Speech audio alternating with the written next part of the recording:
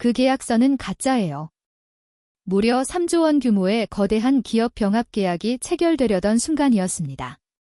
태성그룹 한진호 회장이 최종 서명을 하려는 찰나 한 소년이 회의장 안으로 뛰어들며 외쳤죠.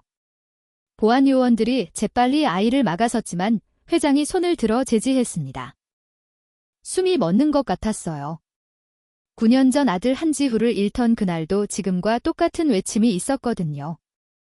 그런데 어떻게 이 낡은 옷을 입은 12살 소년이 무려 1년간 준비한 계약의 오류를 단숨에 꿰뚫어 본 것일까요?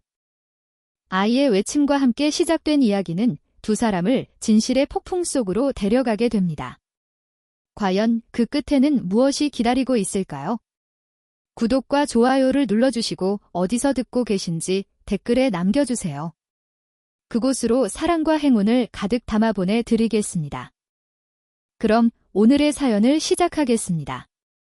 대한민국 최대 태성그룹 본사 건물 지하 주차장에 낡은 경차 한 대가 들어섰습니다. 이른 아침 7시 임원들의 고급 세단이 즐비한 그곳에서 유독 그 차만이 초라해 보였죠. 조수석 문이 열리고 한 소년이 내렸습니다. 한유준, 12살. 그가 입은 패딩은 소매 끝이 해져서 안감이 비쳐 보였고 운동화 밑창은 한쪽이 거의 떨어져 나갈 지경이었어요. 소년은 뒷좌석에서 청소 도구가 든 카트를 끌어내렸습니다. 이어서 운전석에서 내린 최수님 할머니가 카트를 받아들고 소년의 어깨를 가볍게 두드렸죠. 70이 넘은 할머니의 손은 거칠고 주름투성이었지만 그 손길만큼은 따뜻했습니다. 유준아, 오늘도 휴게실에서 얌전히 있어야 한다. 네, 할머니. 짧은 대화를 나눈 두 사람은 직원 전용 통로를 통해 건물 안으로 들어갔습니다. 엘리베이터를 타고 올라가는 동안 할머니는 오늘 청소할 구역을 머릿속으로 정리했고 유주는 창밖으로 보이는 서울 도심 풍경을 바라보고 있었어요. 3층에서 내린 그들은 복도 끝에 있는 청소부 휴게실로 향했습니다. 문을 열고 들어선 작은 방에는 낡은 소파 하나와 가니 테이블, 그리고 몇 개의 사물함이 전부였죠. 유주는 가방을 소파 옆에 내려놓고 할머니가 일할 준비를 하는 모습을 지켜봤습니다. 수님 할머니는 이 회사에서 15년째 청소로 일하고 있었습니다. 매일 새벽같이 출근해 건물 곳곳을 청소하고 저녁 늦게까지 남아 쓰레기를 정리하는 게 그녀의 일상이었죠. 3년 전까지만 해도 할머니는 혼자 출퇴근했습니다. 하지만 유준이 9살이 되던 해부터 상황이 달라졌어요. 아이는 일반 학교에 적응하지 못했습니다. 수업 내용을 한번 듣고 전부 외워버리는 바람에 선생님들도 같은 반 아이들도 유준을 이상하게 여겼죠. 친구들은 유준을 피했고 아이는 점점 더 혼자가 되어갔습니다. 결국 11살이 되던 해 유준은 학교를 그만뒀어요. 매일 혼자 집에 둘 수 없었던 수님 할머니는 회사 관리팀에 사정을 설명했습니다. 아이를 얌전히 휴게실에 있게 할 테니 데리고 출근할 수 있게 해달라고 간곡히 부탁했죠. 회사 측은 청소부 할머니의 개인적인 사정을 별 문제 삼지 않았습니다. 어차피 눈에 띄지 않는 아이 하나쯤이야 지장 없다고 판단했어요. 그렇게 유주는 할머니를 따라 매일 회사에 오게 됐습니다. 아침 일찍 도착해 할머니가 일을 마칠 때까지 이곳에 머무는 게 유준의 일상이 된 거죠. 처음에는 휴게실에만 있었습니다. 낡은 책 몇 권을 읽거나 창밖을 멍하니 바라보며 시간을 보냈어요. 하지만 시간이 지나면서 아이는 호기심에 점점 밖으로 나가보기 시작했습니다. 할머니가 청소하는 복도를 따라 걷기도 하고 폐지를 모아 폐기장으로 옮기는 일을 돕기도 했죠. 어차피 사람들은 유준의 존재를 신경 쓰지 않았습니다. 청소부와 함께 유령처럼 조용히 돌아다니는 아이 하나쯤은 바쁜 그들에게는 그저 배경에 불과했으니까요.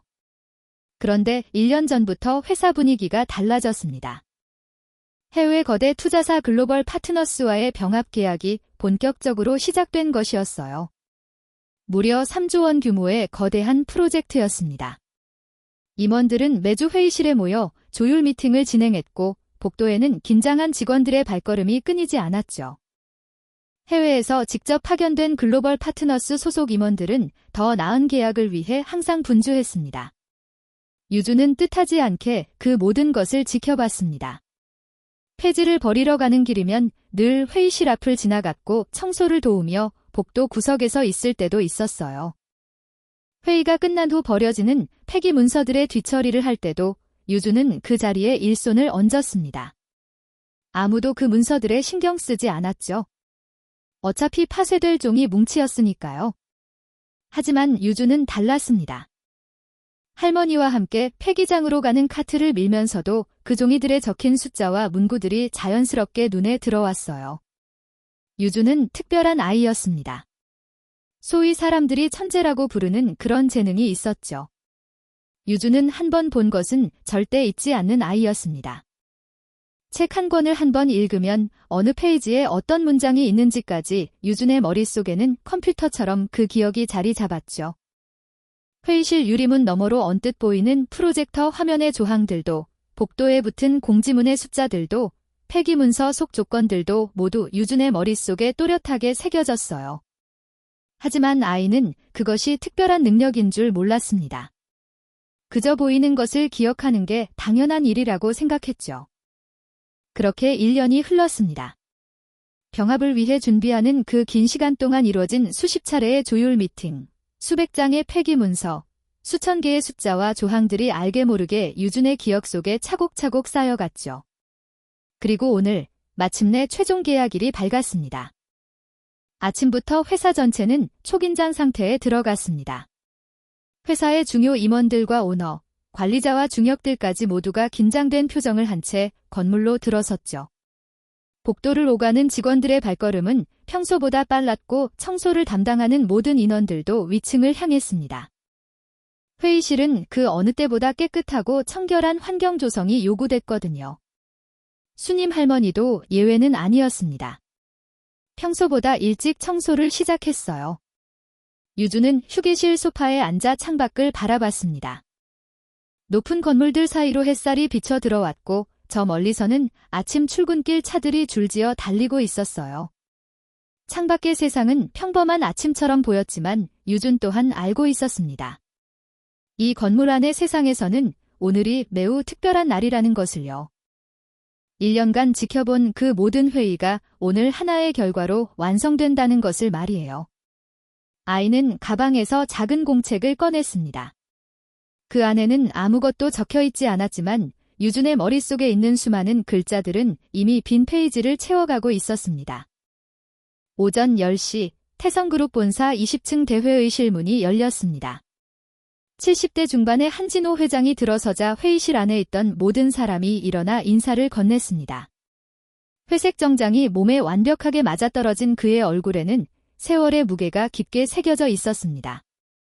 특히 눈가의 주름은 단순한 나이 듦이 아닌 오랜 시간 무언가를 후회하며 살아온 사람의 흔적처럼 보였어요.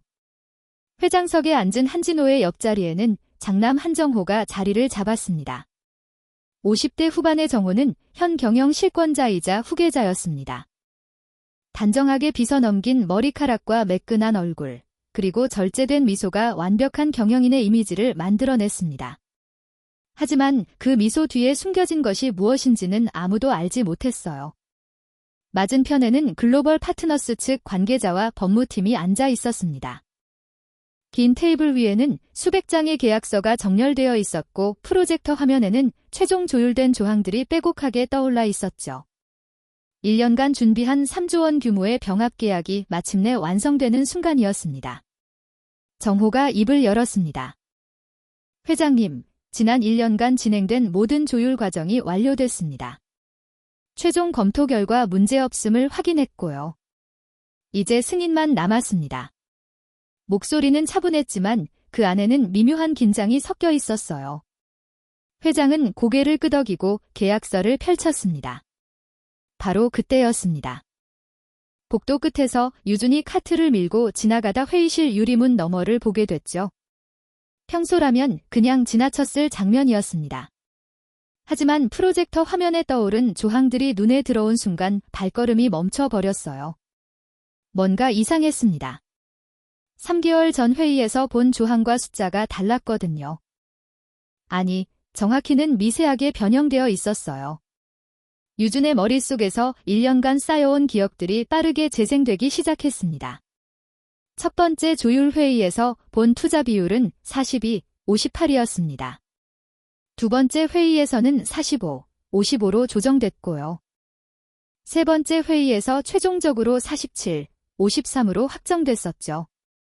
그런데 지금 화면에 떠오른 숫자는 43, 57이었습니다.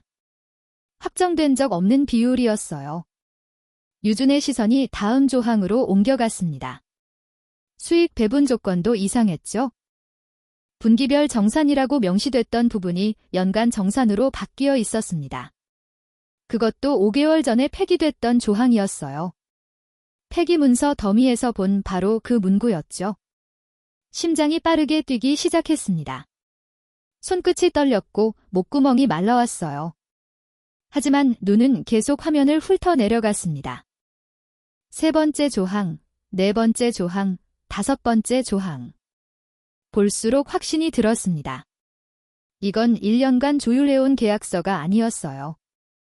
폐기됐던 조항들이 교묘하게 섞여 있었고 확정된 숫자들이 미세하게 변형되어 있었으며 단어 하나하나가 원래의 의미와 달라져 있었죠.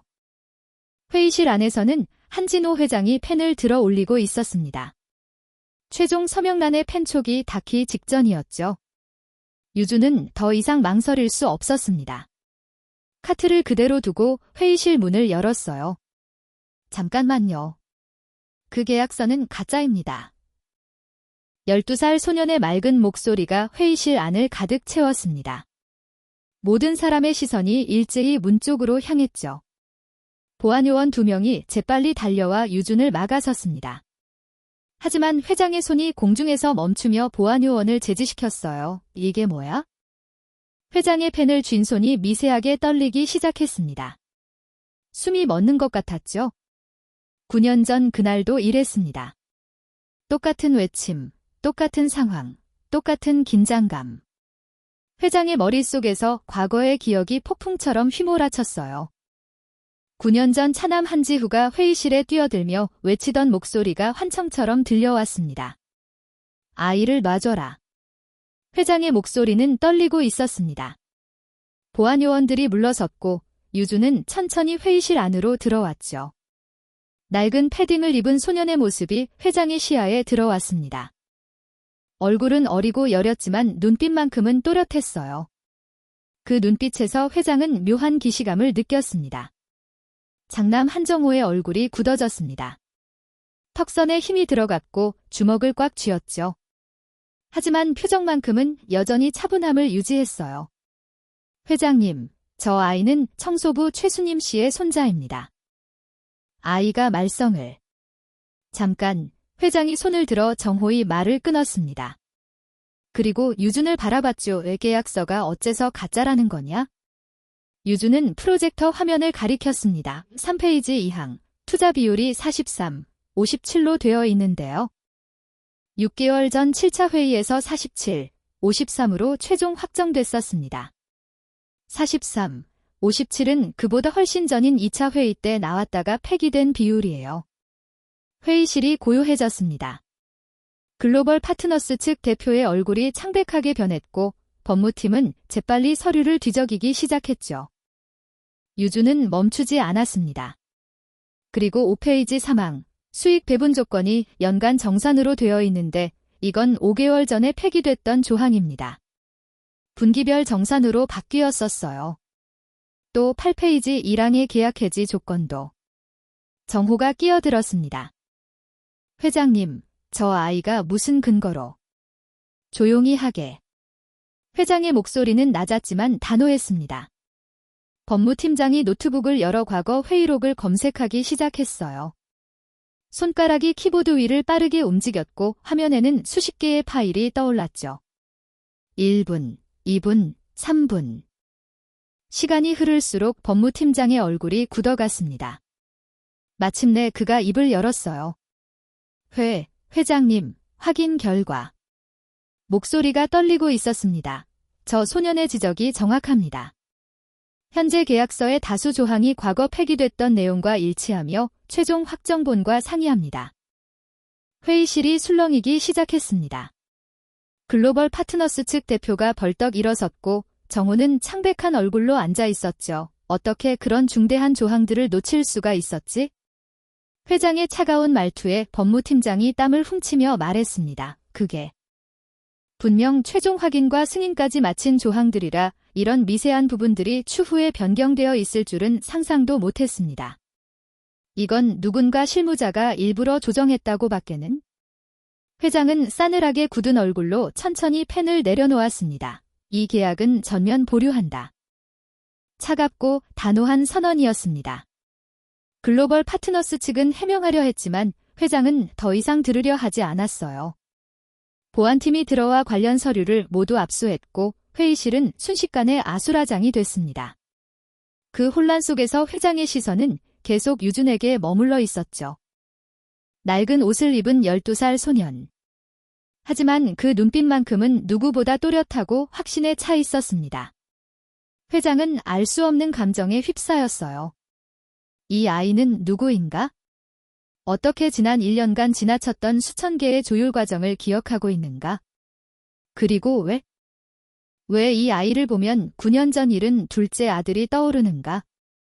멋쩍게 서 있다가 서둘러 복도로 나온 유주는 카트를 다시 잡았습니다. 떨리는 손을 주먹 쥐어 진정시켰죠. 방금 일어난 일이 믿기지 않았어요. 하지만 분명한 건 저 계약서가 거짓이었다는 사실이었습니다. 그리고 그 거짓을 막아냈다는 것도요. 다음 날 아침, 한진호 회장은 비서실장을 불렀습니다. 어제 그 아이를 다시 데려오게. 목소리는 평소보다 조심스러웠고 말끝이 미세하게 떨렸죠. 비서실장은 고개를 끄덕이고 청소부 휴게실로 향했습니다. 유주는 그곳에서 할머니가 돌아오기를 기다리고 있었어요. 회장님께서 부르신다. 짧은 말과 함께 비서실장은 유준을 회장실로 안내했습니다. 엘리베이터를 타고 최상층으로 올라가는 동안 유준의 심장은 빠르게 뛰었죠. 어제 일 때문에 혼나는 건 아닐까 하는 두려움이 밀려왔어요. 하지만 회장실 문이 열리고 안으로 들어섰을 때 회장의 얼굴에는 화가 아닌 다른 감정이 서려 있었습니다.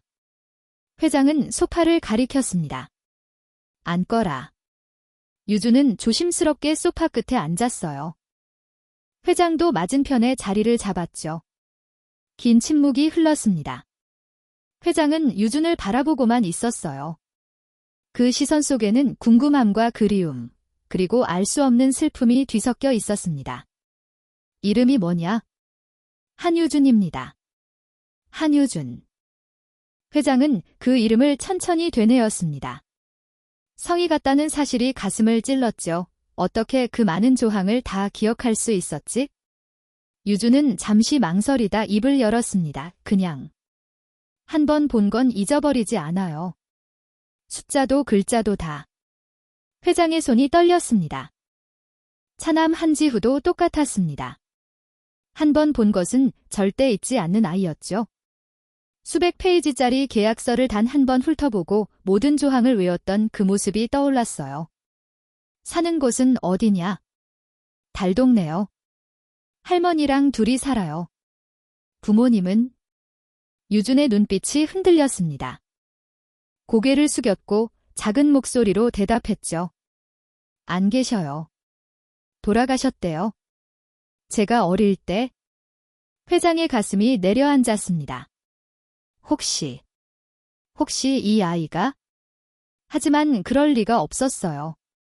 지후의 아이는 9년 전 지후와 함께 죽었으니까요. 그저 자신의 불지르는 희망 때문에 생겨난 막연한 느낌일 뿐이라고 생각했죠. 그날 이후 회장은 유준을 자주 불렀습니다. 처음에는 회사 업무에 관한 간단한 질문들이었어요. 이 보고서에서 이상한 점을 찾을 수 있겠느냐? 유준은 보고서를 펼쳐 읽기 시작했습니다.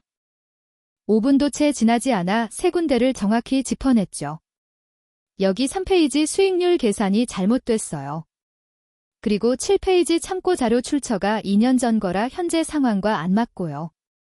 마지막으로 11페이지 결론 부분이 2페이지 전제와 모순됩니다.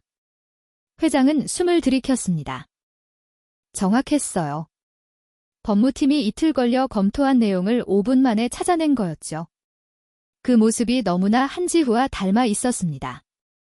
며칠 후에는 다른 테스트를 했어요. 복잡한 투자 제안서를 보여주고 의견을 물었습니다. 유주는 제안서를 천천히 읽어 내려갔죠. 그리고 조심스럽게 입을 열었어요. 이 투자는 위험해 보여요. 겉으로는 수익성이 좋아 보이는데 실제로는 초기 자본 회수 기간이 너무 길어요. 그리고 여기 써 있는 조건이 나중에 문제가 될 것 같은데? 회장은 뒤로 기대어 앉았습니다. 정확했어요. 이미 법무팀도 같은 결론을 내렸던 제안서였죠. 하지만 유주는 단 한 번 읽고 핵심을 꿰뚫어 봤습니다. 회장은 확신했습니다. 이 아이는 범상치 않다고. 그리고 이 재능은 한지후의 것과 똑같다고. 처음에는 단순한 업무 관련 질문이었지만 시간이 지나면서 둘 사이에는 묘한 친밀감이 쌓여가기 시작했어요. 어느 날 오후 회장실에서 보고서를 검토하던 유준이 무심코 연필을 입술에 댔습니다.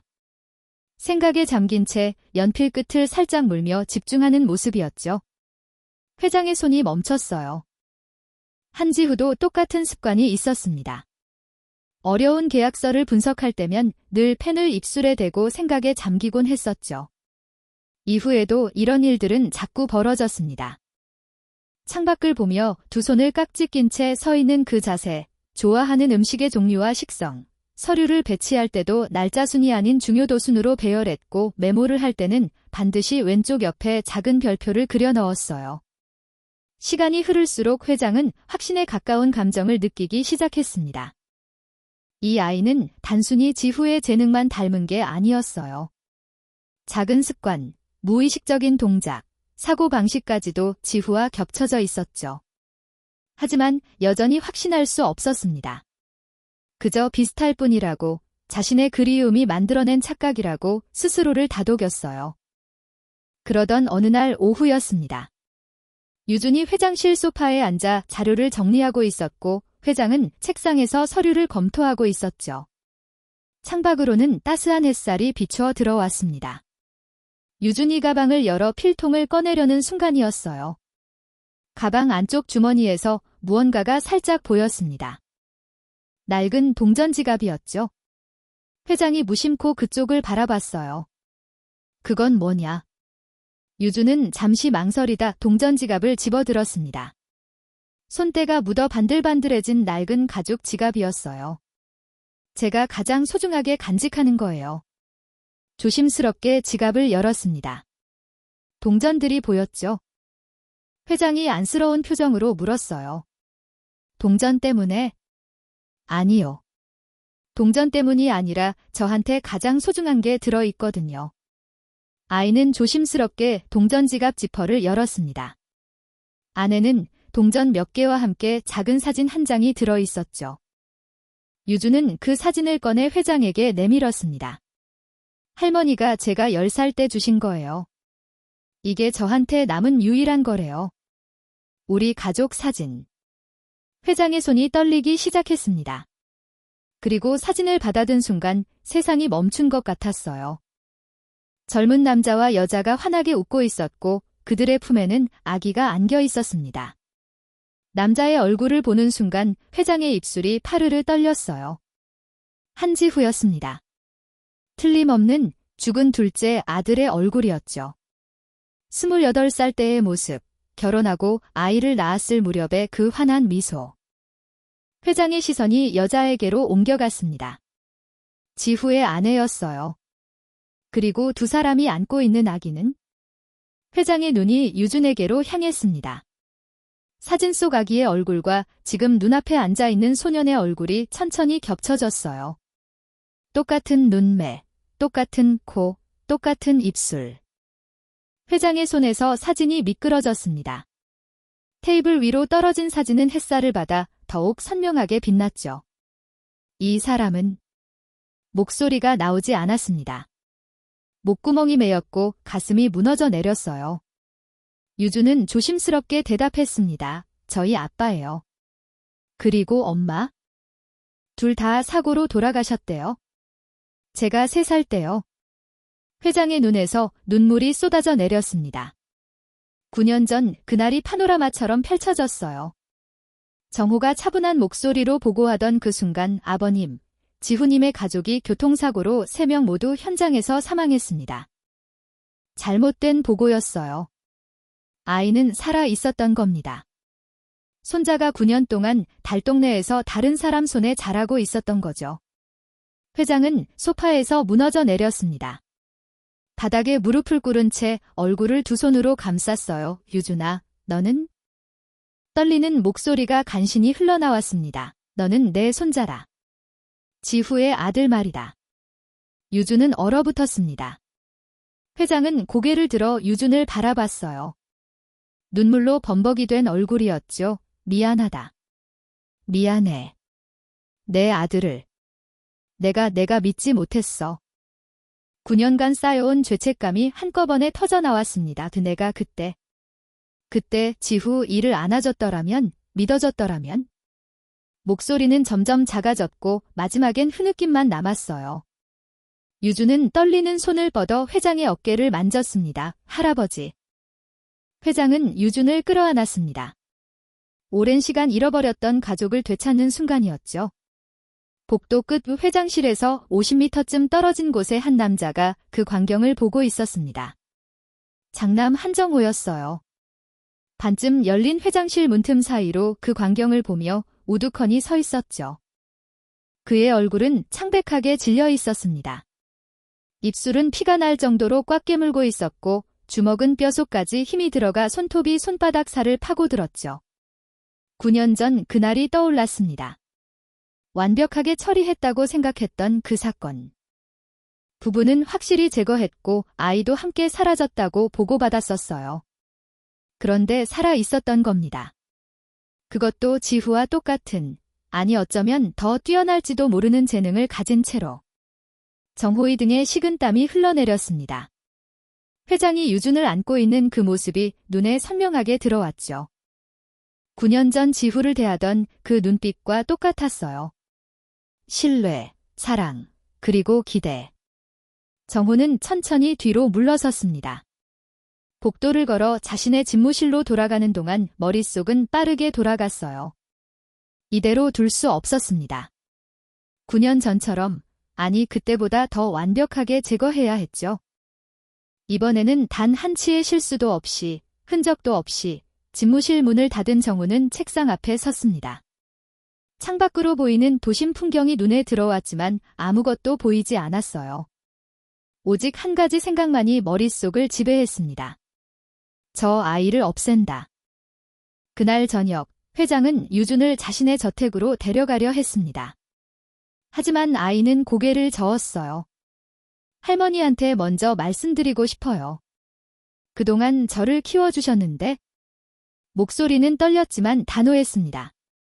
회장은 알겠다는 듯 고개를 끄덕였죠. 그럼 오늘 하루만이라도 함께 저녁 먹고 자고 가거라. 할머니께는 내가 연락드리마.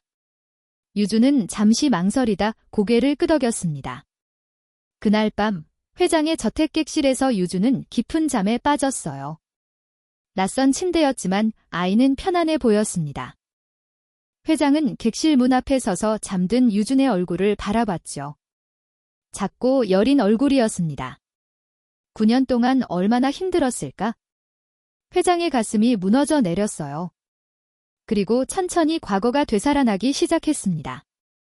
9년 전 한지후는 28살이었습니다. 회사 내에서도 손꼽히는 인재였고 특히 계약 분석 능력만큼은 타의 추종을 불허했죠. 그해 봄 대규모 투자 계약이 진행되고 있었습니다. 장남 정호가 주도한 프로젝트였어요. 최종 승인을 앞둔 날 지후가 회의실에 뛰어들어왔습니다. 그 계약서는 거짓입니다. 모든 사람이 얼어붙었죠. 지후는 수백 페이지의 계약서에서 교묘하게 숨겨진 조항들을 하나하나 짚어냈습니다. 겉으로는 정상적인 투자 계약처럼 보였지만 실제로는 회사 자금을 빼돌리는 구조였어요. 조사 결과 지후의 지적이 정확했습니다. 투자사는 정호와 짜고 내부 비자금을 횡령하려 했던 거였죠. 하지만 정호는 교묘하게 모든 책임을 투자사에 떠넘기고 본인은 빠져나갔습니다. 그날 이후 지후는 회사의 영웅이 됐어요. 회장은 차남을 더욱 신뢰하기 시작했고 중요한 계약마다 지후의 검토를 거치도록 했죠. 정호는 그 모든 것을 지켜봤습니다. 동생이 점점 커지는 모습을, 회장의 신뢰가 자신에게서 멀어지는 모습을. 밤마다 악몽을 꿨어요. 동생이 자신의 자리를 빼앗는 꿈, 승계에서 밀려나는 꿈. 공포는 점점 커졌고 마침내 결단을 내렸습니다. 제거해야 한다고. 6개월 후 정호는 치밀한 계획을 세웠습니다. 거래처와 짜고 지후에게 누명을 씌우는 판이었죠. 조작된 증거들이 회장 앞에 제출됐고 정호는 눈물까지 흘리며 동생을 고발했습니다. 회장은 믿고 싶지 않았어요. 하지만 증거는 너무나 완벽했고 정호의 연기는 진실처럼 보였죠. 결국 회장은 지후를 불렀습니다. 정말 내 짓이냐? 지후는 고개를 저었어요. 아닙니다. 아버지. 증거가 있다. 회장의 목소리는 차가웠습니다. 당장 회사를 떠나라. 다시는 돌아오지 마라. 지후는 무너졌습니다. 믿었던 아버지에게 버림받는 순간이었죠. 하루아침에 모든 죄를 뒤집어쓰고 쫓겨난 지후는 우울한 나날을 맞이했습니다. 하지만 정호는 거기서 멈추지 않았어요. 동생의 존재 자체가 위협이라고 판단했거든요. 그는 은밀히 사람을 보내 동생의 신변을 위협하기 시작했습니다. 위험을 감지한 지후는 급히 아버지에게 구조 요청을 했지만 이미 모든 힘을 잃은 지후에게는 차단되고 고립된 연결망뿐이었죠. 위기에 몰린 지후는 아내와 3살배기 아들을 데리고 달동네로 숨어들었습니다. 하지만 정호는 끈질겼고 결국 동생 부부를 찾아내 제거했습니다. 교묘한 사고로 위장한 참극. 현장에 없던 3살배기 유준만이 살아남았죠. 정호는 유준마저 찾아서 제거하려 했지만 아이는 이미 그 어디에도 없이 사라진 뒤였습니다. 자신의 끝을 예감한 지후가 옆집 할머니 수님에게 봉투와 함께 아이를 맡겨 놓았었거든요. 아이를 찾지 못했지만 그 어린 갓난아이 하나쯤이야 별탈 없을 거라 생각한 정호는 회장에게 보고했습니다. 지후 가족이 교통사고로 모두 사망했습니다. 아버지.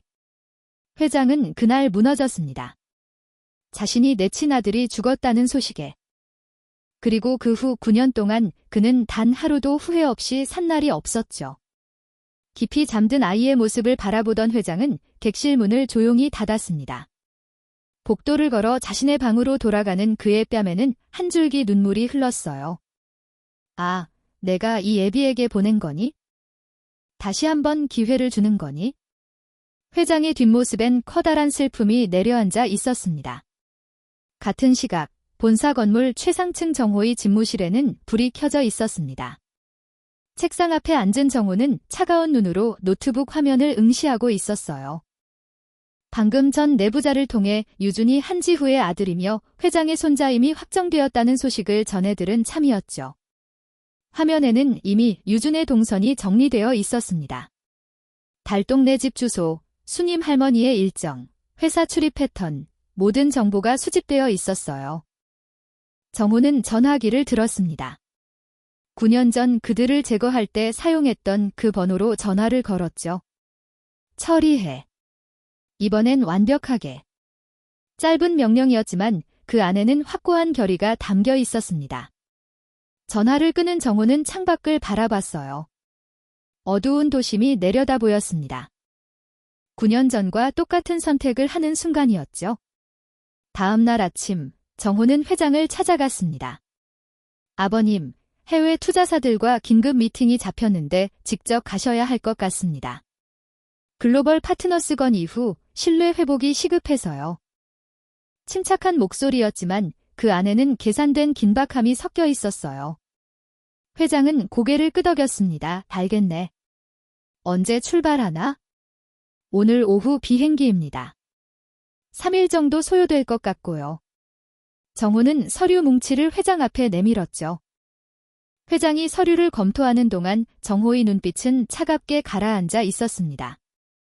회장을 해외로 보내는 3일, 그 시간이면 충분했어요. 오후 2시, 회장은 공항으로 향했습니다. 유주는 저택에 남아 있었죠. 회장은 떠나기 전 유준의 어깨를 가볍게 두드렸어요. 3일 후 돌아올 테니 그때 할머니께도 인사드리고 함께 이사 오자. 유준은 고개를 끄덕였습니다. 하지만 회장이 차에 오르는 순간 아이의 가슴 속에는 알 수 없는 불안감이 스며들었어요. 저녁 7시, 유준은 저택 2층 객실에 있었습니다. 창밖으로 어둠이 내려앉고 있었죠. 갑자기 복도에서 발걸음 소리가 들렸습니다. 여러 명이었어요. 유준은 문 쪽을 바라봤습니다. 노크도 없이 문손잡이가 천천히 돌아가기 시작했죠. 본능적으로 뭔가 잘못됐다는 걸 느꼈어요. 창문으로 달려가 밖을 내려다봤습니다. 2층 높이였지만 아래에는 정원수가 있었죠.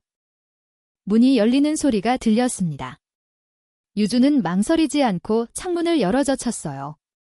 정원수 위로 뛰어내렸고 가지들이 낙하를 완충시켜줬습니다. 바닥에 착지한 순간 발목에 통증이 왔지만 멈출 수 없었죠. 뒤에서 고함 소리가 들렸어요. 저택 담장을 넘어 골목으로 달렸습니다. 심장이 미친 듯이 뛰었고 숨이 목까지 차올랐어요. 뒤에서 급박한 움직임과 함께 차 엔진 소리가 들렸습니다. 추격이 시작된 거였죠. 유준은 큰 길을 피해 좁은 골목으로 접어들었습니다. 사람들 사이를 비집고 지나가며 뒤를 확인했어요. 검은색 세단 2대가 골목 입구에 멈춰 섰고 그 안에서 남자들이 내렸죠. 유준은 다급히 시장 골목 쪽으로 뛰어들었습니다. 좌판들 사이를 누비며 방향을 바꿨어요. 생선 가게 앞을 지나고 채소 가게를 돌아 나왔습니다. 뒤쫓던 남자들이 잠시 시야에서 사라졌지만 안심할 수 없었어요. 그때 골목 반대편에서 또 다른 남자들이 나타났습니다. 역시나 포위망이 좁혀지고 있었던 거였어요. 유준은 급히 방향을 틀어 지하상가로 내려가는 계단을 발견했습니다. 계단을 뛰어내려가 지하상가 안으로 들어섰어요. 형광등 불빛이 깜빡거리는 낡은 통로였습니다. 뒤에서 발소리가 메아리쳤죠. 앞쪽 출구로 달려갔지만 그곳에도 남자 한 명이 서 있었어요. 급히 옆으로 꺾어 비상구 표지판을 따라 달렸습니다. 좁은 복도 끝에 보이는 철문을 열고 나가니 뒷골목이 나왔어요. 쓰레기 더미 사이를 지나 담장을 넘었습니다.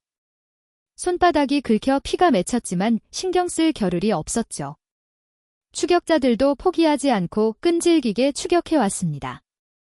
유준은 골목 곳곳을 누비며 도망쳤습니다. 9년 동안 달동네에서 자란 경험이 도움이 됐죠. 좁은 길, 막다른 골목처럼 보이지만 단머리로 이어지는 통로들. 하지만 추격자들도 단단히 준비되어 있었습니다. 그들은 무전기로 소통하며 포위망을 점점 좁혀왔죠. 30분쯤 도망친 끝에 유준은 공원에 도착했습니다. 어두운 공원 안으로 뛰어들어 나무 뒤에 몸을 숨겼습니다. 숨이 차고 폐가 터질 것 같았어요. 유준은 서둘러 주변을 살폈습니다. 3명의 남자가 공원 입구에 있었죠. 유준이 궁지에 몰렸다는 것을 인지한 그들은 천천히 안쪽으로 걸어 들어오고 있었어요.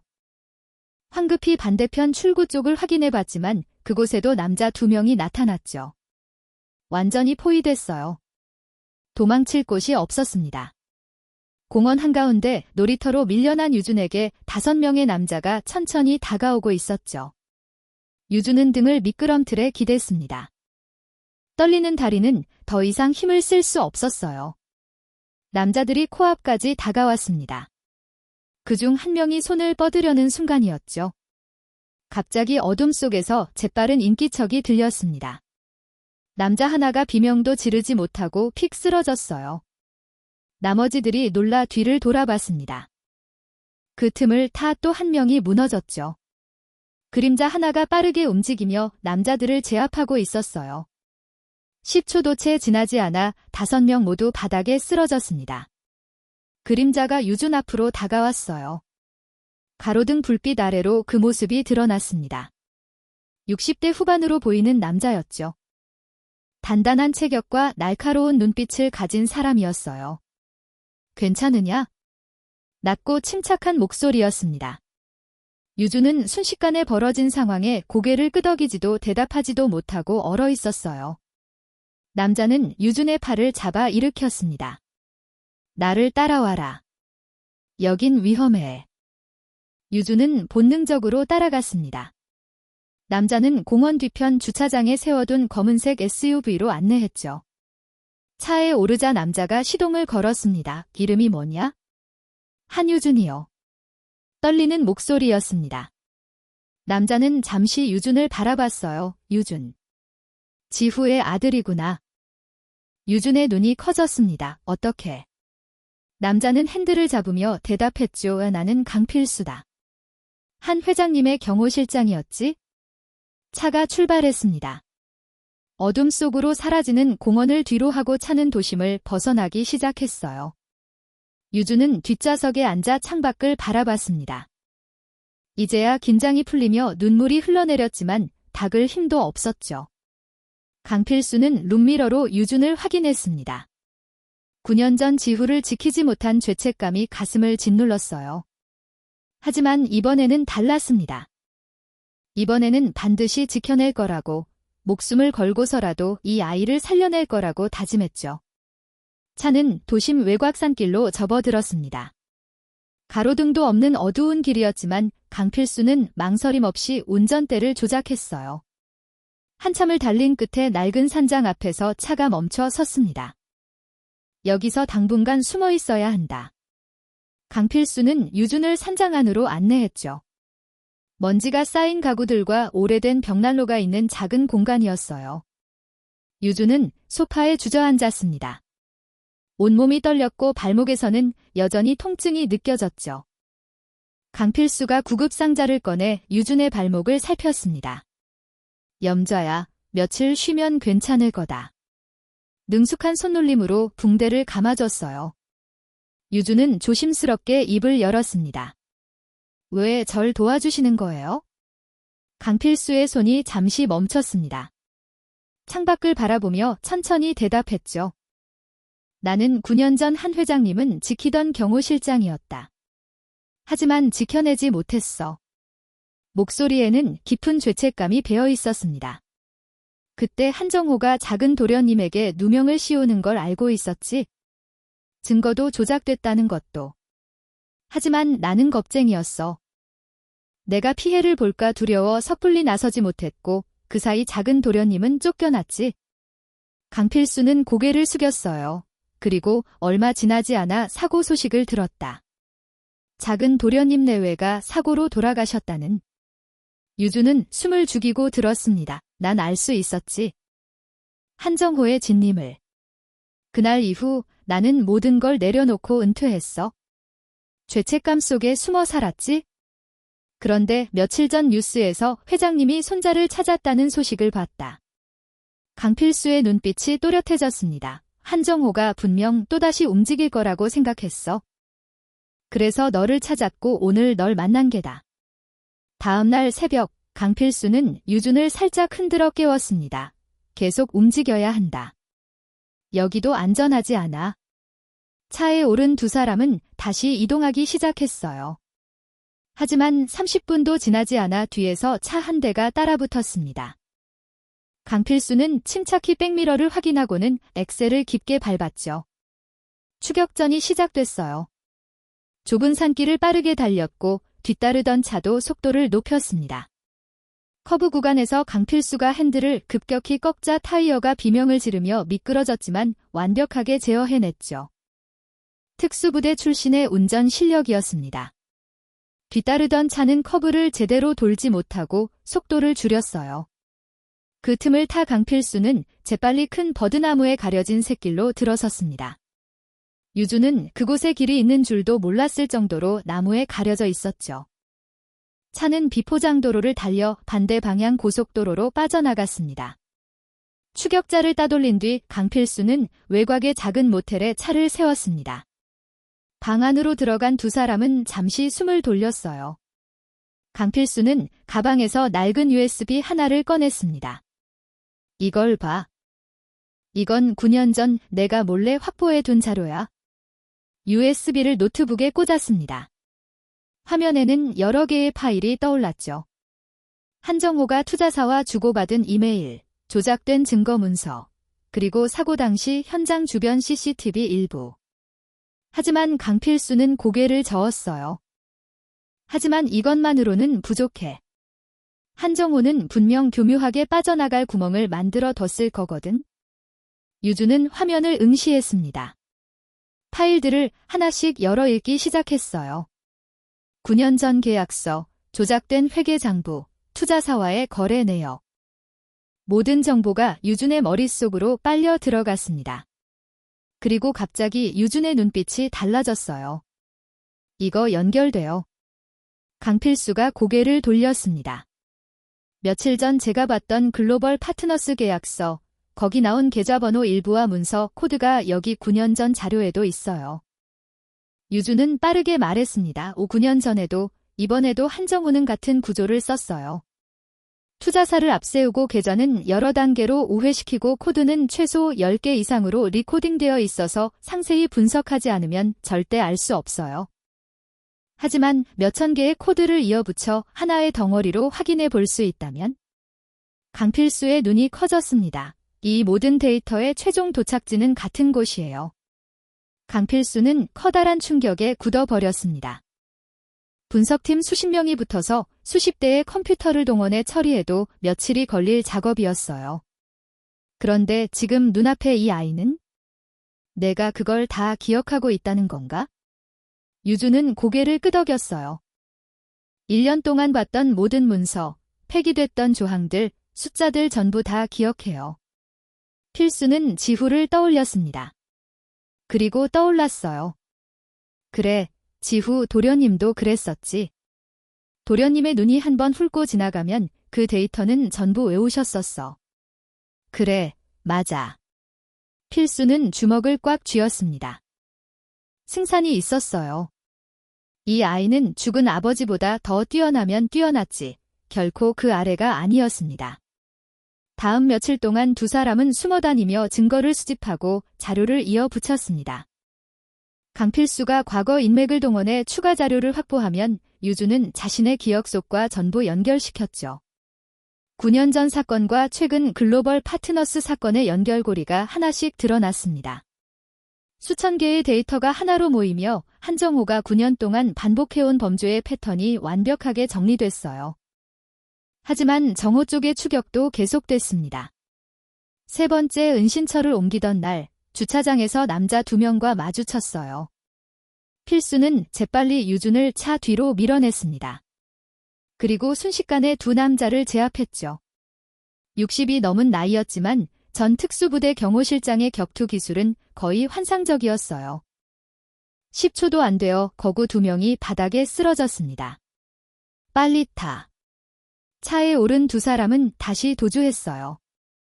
나흘째 되던 날, 강필수는 옛 동료를 만났습니다. 은퇴한 전직 금융감독원 직원이었죠.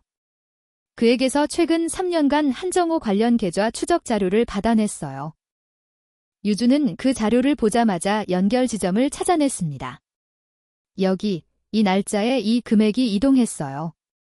글로벌 파트너스 계약 2차 조율회의 다음 날이에요. 해당 코드 넘버는 A-68801호. 손가락이 화면 위를 빠르게 움직였죠.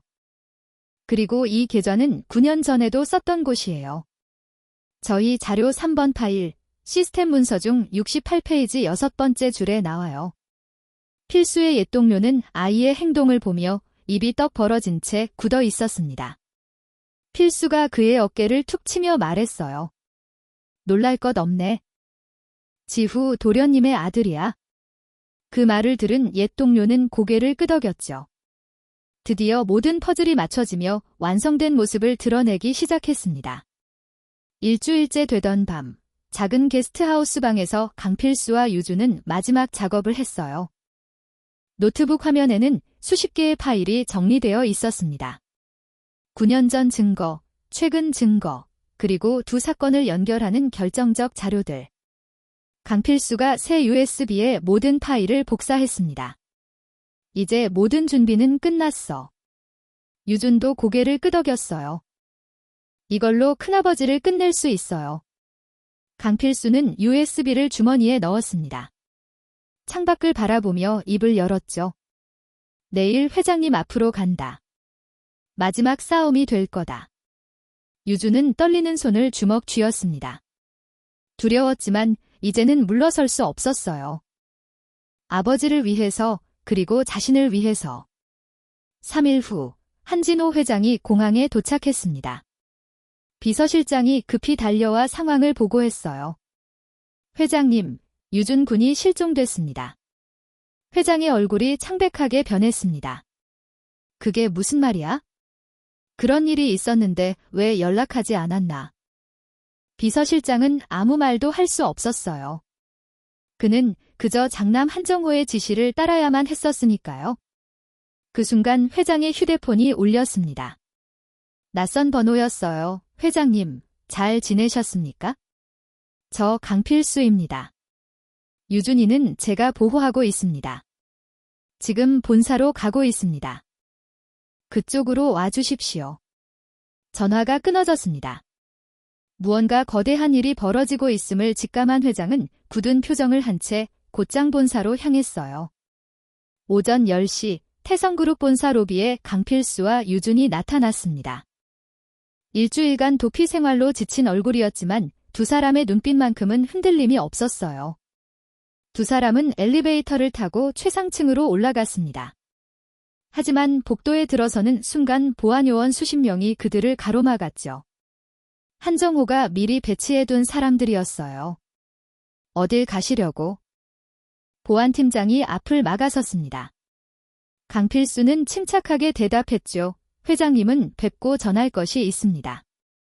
회장님께서는 지금 면회 불가 상태십니다. 돌아가십시오. 바로 그때 회장실 문이 열렸습니다. 한진호 회장이 직접 나온 거였어요. 들어오게 하라. 보안요원들이 물러섰고 강필수와 유주는 회장실로 들어갔습니다. 하지만 안에는 회장만 있는 게 아니었어요. 한정호가 창가에 서 있었고 법무팀과 보안팀이 양쪽에 자리 잡고 있었죠. 정호가 먼저 입을 열었습니다. 아버님, 방금도 말씀드렸다시피 저 사람은 위험합니다. 일주일 동안 유준이를 납치해 세뇌시켰고 강필수가 주머니에서 USB를 꺼냈어요. 회장님, 이 안에 모든 진실이 담겨 있습니다. 확인해 주십시오. 회장을 향해 USB를 내밀었습니다. 하지만 정호가 재빨리 가로막았죠. 아버님, 그건 위험합니다. 저 USB에는 회사 전산망을 마비시킬 악성 코드가 들어있어요. 제가 이미 수사팀을 통해 다 확인했습니다. 목소리에는 절박함이 섞여 있었습니다. 저 아이는 9년 전 지후가 죽은 게 아버님 때문이라고 생각하고 있습니다. 복수하려는 겁니다. 정우는 한 발 더 나아갔어요. 강필수는 9년 전 지후를 따르던 사람입니다. 그가 유준을 이용해 아버님을 노리는 거예요. 저 USB를 꽂으면 회사의 모든 계좌와 주식이 셧다운될 겁니다. 냉정하셔야 합니다. 아버지. 회장실이 고요해졌습니다. 회장은 USB를 바라보고 유준을 바라보고 다시 정호를 바라봤어요.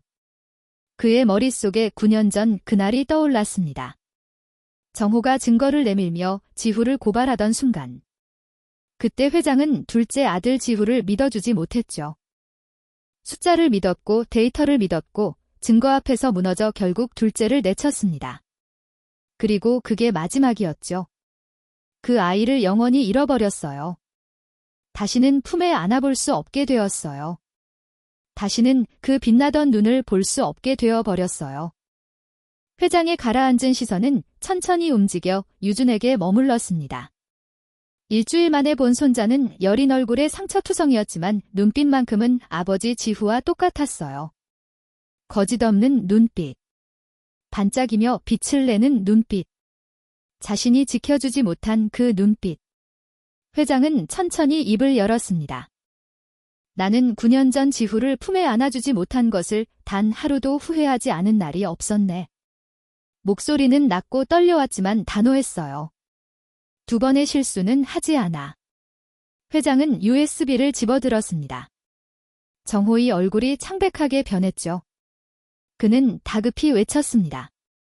아버지. 회장은 정호를 바라보지도 않았습니다. 한치의 망설임도 없이 책상 위 노트북에 USB를 꽂았어요.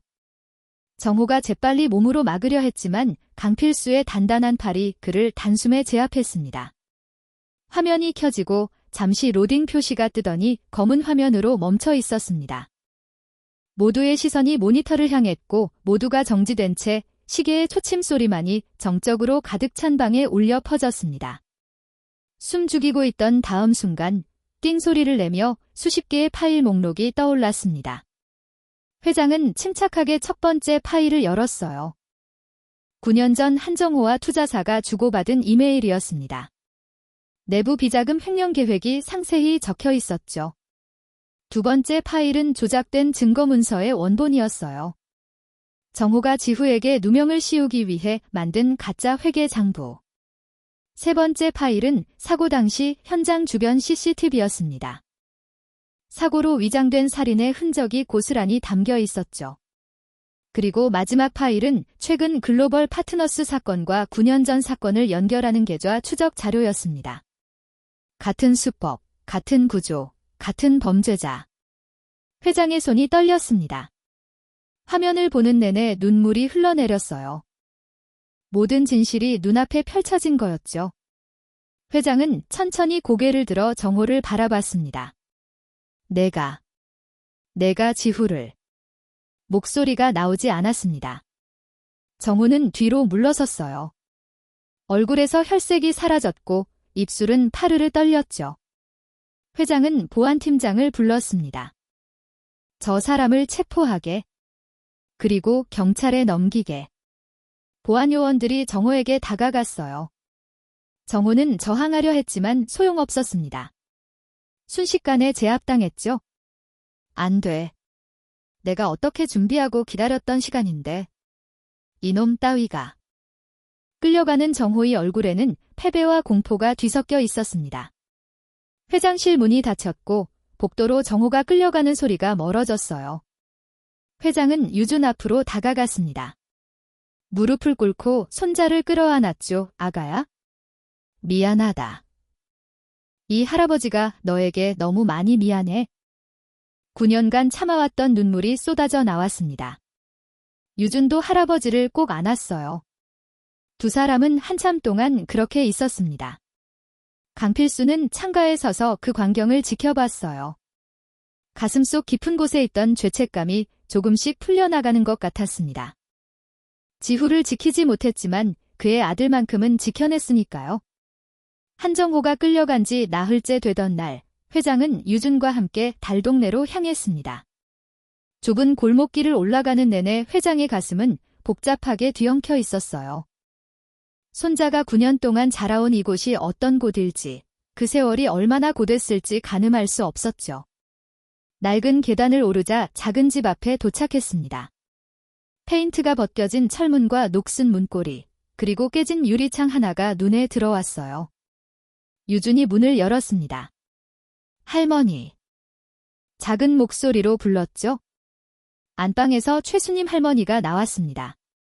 70이 넘은 할머니의 얼굴에는 주름이 깊게 패여 있었지만 유준을 보는 순간 환한 미소가 번졌어요. 유준아, 무사했구나. 떨리는 목소리였습니다. 할머니는 유준을 끌어안았고 두 사람은 한참 동안 그렇게 서 있었죠. 회장은 그 광경을 지켜보며 고개를 숙였습니다. 자신이 차남을 잃은 그 9년 동안 이 할머니가 홀로 손자를 지켜왔다는 사실이 가슴을 짓눌렀어요. 회장은 할머니 앞으로 다가가 깊이 허리를 숙였습니다. 고맙습니다. 제가 지키지 못한 아이를 지켜주셔서. 할머니는 손사래를 쳤어요. 아니에요. 이 아이는 저한테도 가족이었어요. 외롭지 않게 해준 소중한 아이였죠. 회장은 할머니의 손을 잡았습니다. 거칠고 주름진 손이었지만 그 안에는 9년간의 헌신이 고스란히 담겨 있었어요. 이제 함께 가시죠. 유준이도, 할머니도 우리 집으로요. 할머니는 눈물을 글썽이며 고개를 끄덕였습니다. 그날 저녁, 회장의 저택에는 세 사람이 함께 식탁에 앉았습니다. 넓은 식당에 차려진 음식들 앞에서 유준과 할머니는 어색해했지만 회장은 따뜻한 눈빛으로 두 사람을 바라봤어요. 이제 여기가 우리 집입니다. 회장의 목소리는 부드러웠습니다. 그날 이후 유준의 삶은 완전히 달라졌어요. 정식으로 한진호 회장의 손자로 인정받았고 회사 내에서도 차세대 후계자로 주목받기 시작했죠. 하지만 유준은 변하지 않았습니다. 여전히 겸손했고 할머니를 극진히 모셨으며 배움에 대한 열정만큼은 누구보다 뜨거웠어요. 회장은 유준에게 최고의 교육을 제공했습니다. 경영학, 경제학, 법학까지 다양한 분야를 배웠고 유준은 그 모든 것을 스펀지처럼 흡수했죠. 14살이 되던 해, 유준은 첫 번째 프로젝트에 참여했습니다. 중소협력사와의 계약 검토 업무였어요. 회장은 유준에게 계약서를 건네며 의견을 물었습니다. 어떻게 보이느냐? 유준은 계약서를 천천히 읽어 내려갔어요. 30분 후 5군데의 문제점을 정확히 짚어냈고 대안까지 제시했죠. 법무팀이 이틀 걸려 검토한 내용과 정확히 일치했습니다. 회장은 조용히 미소 지었어요. 지후의 재능이 그대로 이어지고 있었죠. 16살이 되던 해, 유준은 해외 투자사와의 미팅에 배석했습니다. 회장 옆에 조용히 앉아 회의 과정을 지켜보던 유준이 갑자기 입을 열었어요. 잠깐만요. 방금 설명하신 수익 배분 구조가 3페이지 전제 조건과 맞지 않는 것 같은데요. 투자사 대표가 당황한 표정을 지었습니다. 유준은 차분하게 설명을 이어갔죠. 3페이지에서는 분기별 정산이라고 했는데 지금 설명하신 건 연간 정산 구조예요. 그럼 초기 자금 회수 시점이 1년 이상 늦어지는데? 회의실이 고요해졌습니다. 투자사 측은 서류를 다시 확인했고 유준의 지적이 정확하다는 걸 인정할 수밖에 없었어요. 그날 이후 유준은 회사 내에서 젊은 천재로 불리기 시작했습니다. 강필수는 유준의 전담 비서실장으로 복고했어요. 은퇴를 번복하고 현역으로 돌아온 그는 유준 곁을 단 한순간도 떠나지 않았습니다. 회의에 배석하고 일정을 관리하고 때로는 멘토처럼 조언을 건넸죠. 내 아버지도 너만큼 뛰어났단다. 어느 날 강필수가 말했습니다. 하지만 너는 아버지보다 더 강해질 거야. 왜냐하면 너는 혼자가 아니니까. 유준은 고개를 끄덕였어요. 주변을 둘러보면 회장이 있었고 할머니가 있었고 강필수가 있었죠. 더 이상 홀로 싸워야 하는 아이가 아니었습니다. 시간은 빠르게 흘렀습니다. 22살이 된 유준은 태성그룹의 공식 후계자로 자리 잡았습니다. 키는 훌쩍 자랐고 어린 시절의 여린 모습은 온데간데 없이 사라졌죠. 대신 단단한 체격과 날카로운 눈빛을 가진 젊은 경영인이 되어 있었어요.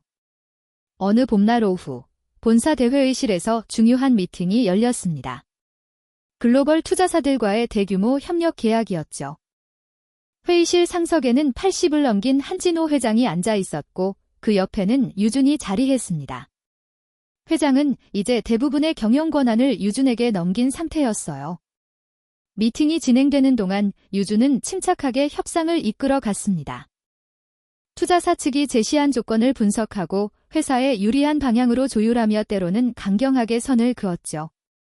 아버지 한지후가 그랬던 것처럼 단 하나의 허점도 놓치지 않았습니다. 미팅이 끝난 후 회장과 유준은 나란히 복도를 걸었어요. 잘했다, 유준아.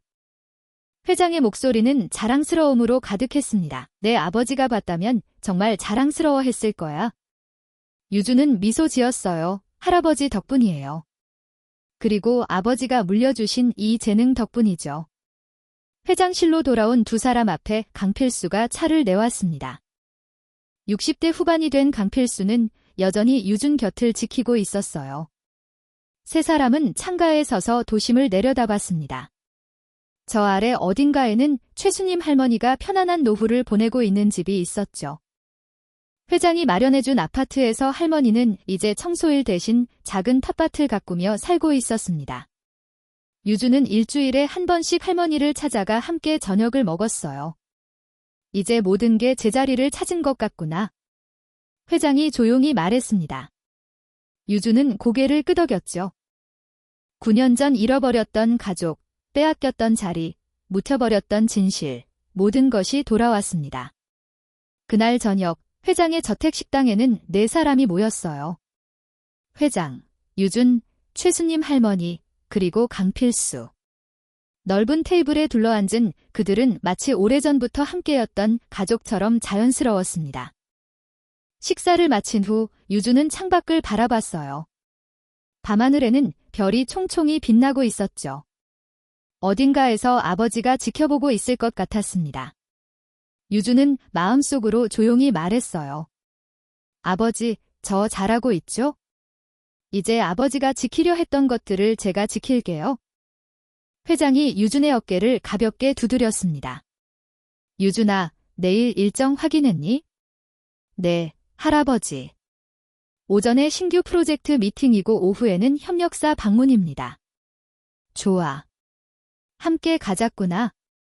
2사람은 나란히 서서 밤하늘을 바라봤어요.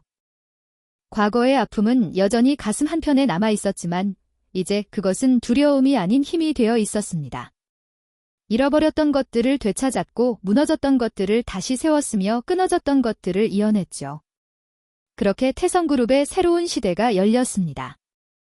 천재적 재능을 물려받은 젊은 후계자와 그를 믿고 지켜주는 가족들이 함께하는 따뜻하고 희망찬 내일이 기다리고 있었습니다. 끝까지 함께해 주셔서 감사합니다.